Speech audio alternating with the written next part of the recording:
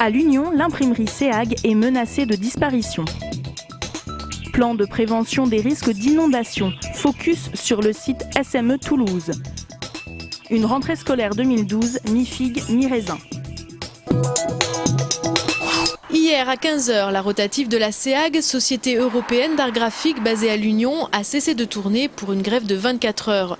Cette imprimerie, la deuxième plus importante après celle de la Dépêche du Midi, est en redressement judiciaire. Il se sert de l'abandon de l'impression du titre métro Bordeaux et Toulouse qui représente uniquement 15% du chiffre d'affaires, ce qui fait que sur 50, nous sommes 50 salariés. On aurait pu à la limite en faire partir 8, mais sauf qu'il se sert de la situation pour se débarrasser de 50 personnes. Comme ça ne leur coûtera rien du tout, puisque les licenciements seront payés intégralement par les AGS. Contacté à Bordeaux, Bernard Cataneo, le gérant de la société, exprime son désarroi face au mouvement de grève et souligne la gêne occasionnée pour les clients très préjudiciable en cette période de redressement judiciaire. Il confirme par ailleurs que dans le cadre d'une éventuelle reprise, plusieurs dossiers ont été demandés et une proposition formelle a déjà été déposée. Les salariés, eux, n'y croient guère.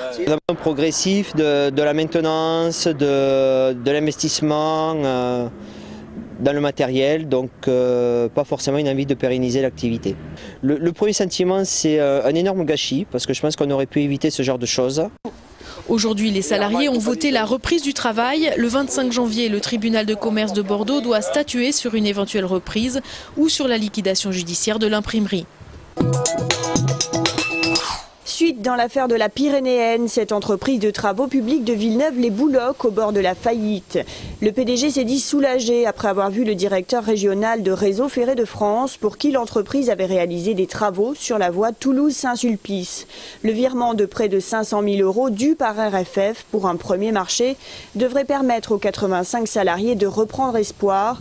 Rendez-vous vendredi où une réunion doit avoir lieu en présence d'un médiateur mandaté par le ministre du Travail ainsi que Martin Malvy l'avait souhaité en début de semaine.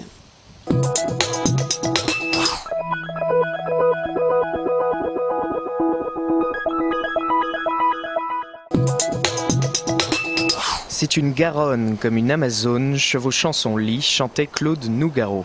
La ville de Toulouse a toujours été vulnérable aux humeurs de son fleuve. Pour y faire face, la ville et la préfecture présentent aujourd'hui un plan de prévention des risques d'inondation. Point de friction, le site SME, anciennement SNPE. Cette usine produit des propulsifs pour l'aérospatiale. Classé Céveso 2 à haut risque industriel, le site est en zone inondable. Selon le maire, les Toulousains peuvent dormir sur leurs deux oreilles. La SNPE maintenant est dans l'obligation de prendre quelques mesures pour être conforme à ce plan de prévention des risques d'inondation et la SNPE a répondu favorablement. Le plan prévoit la mise en hauteur des produits dangereux, mais selon les Verts, ce n'est pas suffisant. Nous réclamons le déménagement du site de production d'explosifs d'Isochem SNPE. Nous considérons que ces sites doivent s'implanter en dehors des zones urbanisées.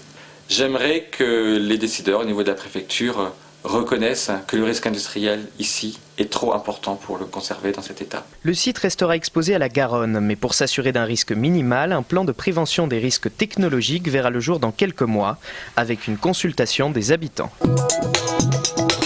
Rentrée 2012, le casse-tête habituel, plus d'élèves et moins de postes. Solution, déshabiller Pierre pour habiller Paul. Autrement dit, on va piocher dans les professeurs dédiés au réseau d'aide des enfants en difficulté, les fameux RASED. Il n'y aura plus dans l'académie de RASED rattachés directement aux écoles. Ce sont donc des personnels qui restent à la disposition des élèves en difficulté, mais par le biais du rayonnement qu'ils vont avoir maintenant sur la circonscription, ils vont donc pouvoir également sensibiliser les personnels enseignants, l'ensemble des personnels enseignants des circonscriptions aux modalités de prise en charge de la difficulté scolaire. Dans la région, on attend 236 863 élèves dans le primaire et 192 295 élèves dans le secondaire, soit une légère hausse par rapport à 2011. Mais dans l'académie de Toulouse, nous sommes, semble-t-il, plutôt bien lotis. En 20 ans, Nous avons accueilli plus de 26 000 élèves supplémentaires et nous avons créé 612 postes de professeurs dans le premier degré. Donc il n'y a pas eu de réduction des moyens consacrés au service public de l'éducation nationale. Nous avons eu dans une académie une augmentation de nos moyens qui a suivi l'augmentation du nombre des élèves. En 2012, la moyenne des élèves par classe dans le primaire sera de 24,5 élèves. Là, je suis émue, je ne savais pas. Je viens de me l'apprendre et en fait, je suis contente de présenter l'école. Hayat, 25 ans, est la 1000e élève accueillie par l'école régionale de la deuxième chance. Depuis 8 ans, 1000 jeunes entre 18 et 30 ans sortis du système scolaire ont pu entamer un parcours de réinsertion. Pour moi, l'école, c'est une grande chance d'être rentrée à l'école parce qu'on a les cours de français, tout ce qui est cours général et on peut faire des stages. Et par ces stages, on peut apprendre tout ce qui est côté pratique. Car outre le cadre bienveillant et l'accompagnement personnel, c'est l'immersion en entreprise que les élèves viennent chercher ici. L'école travaille avec plus de 1500 partenaires. Cette année, en 2011, c'était une année difficile compte tenu de la crise. Donc on a eu par exemple peu de CDI. D'habitude, on en a davantage, mais ils vont plutôt vers des CDD aujourd'hui, vers l'alternance. Et comme on fait un suivi post-formation, on leur permet, au-delà du parcours au sein de l'école, de continuer à progresser. À l'issue des 9 mois de remise à niveau, 3 élèves sur 4 trouvent un emploi ou une formation.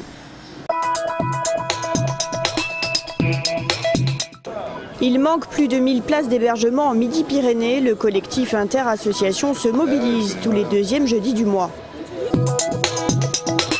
Le CREA poursuit sa campagne d'hiver zéro enfant à la rue. Depuis mi-décembre, le collectif a réquisitionné un nouveau bâtiment, allée des Martyrs de la Libération, cédé par les anciens occupants de l'entreprise Konica aux Jésuites de France. Le lieu était, selon le collectif, inoccupé depuis 6 ans. Ici, 4 familles avec enfants sont hébergées, principalement d'origine étrangère et en situation d'exil. Pour les membres du CREA, une famille en moins dehors, c'est toujours une victoire. C'est-à-dire qu'on aimerait bien pouvoir nous arrêter, c'est-à-dire qu'il n'y ait plus personne à la rue cet hiver. Voilà, donc l'objectif, la campagne s'appelle Zéro enfant à la rue. C'est aussi un moyen d'attirer l'attention sur nos motivations directes en fait et simple quoi. Nous on pense qu'il vaut mieux qu'il n'y ait personne dehors, y compris la priorité ce sont les enfants et donc leurs familles. Ici, on réquisitionne et on vit grâce à l'entraide et ça marche plutôt pas mal. Meubles, nourriture, jouets pour les enfants, la solidarité existe. À ce jour, le CREA a réquisitionné 3 bâtiments, 2 allées des Demoiselles et ce nouveau lieu. Le collectif permet à près de 20 familles de passer l'hiver au chaud. La communauté urbaine du Grand Toulouse, la Chambre de commerce et d'industrie et la Chambre des métiers et de l'artisanat ont signé cet après-midi, dans le cadre du défi propreté, une nouvelle convention. Ce document formalise les engagements de la communauté urbaine en termes de maintien et de développement de la propreté des rues et des places, et les engagements des commerçants et artisans à gérer leurs déchets et à entretenir leurs pas de porte et façades pour l'harmonie du centre-ville. Formation, innovation, tradition, les Fromantiers de France inaugurent un lieu unique. On a 3 concepts, on a l'épi gaulois, la fromenterie et la maison des pains. Ce magasin en particulier ici à Jean Chauvet à Toulouse sert de pilote et vraiment à montrer aux franchisés ce qu'ils pourront construire sous cette enseigne unique. Un très beau magasin, vraiment très beau, très chaleureux, c'est très joli. L'objectif à terme, mais selon ce que voudront les partenaires, c'est effectivement de pouvoir réunir tout ça sous une même enseigne de manière à faciliter la communication. Je dirais notre principal élément de communication, c'est le produit. Vous l'aurez compris, cette unité dans l'architecture économique, écologique et moderne va permettre aux Fromantiers de France de trouver plus de partenaires tout en les formant. Ce soir, à l'Utopie à Toulouse, présentation du premier film de Cyril Ménéguin, Louise Wimmer. Un film sur une femme qui vit dans sa voiture et tente, sans jamais perdre sa force ni sa dignité, de s'en sortir. Écoutez, j'ai des cas qui sont bien plus graves que le vôtre. Vous avez un travail. J'ai bientôt 50 ans, je vis dans ma voiture.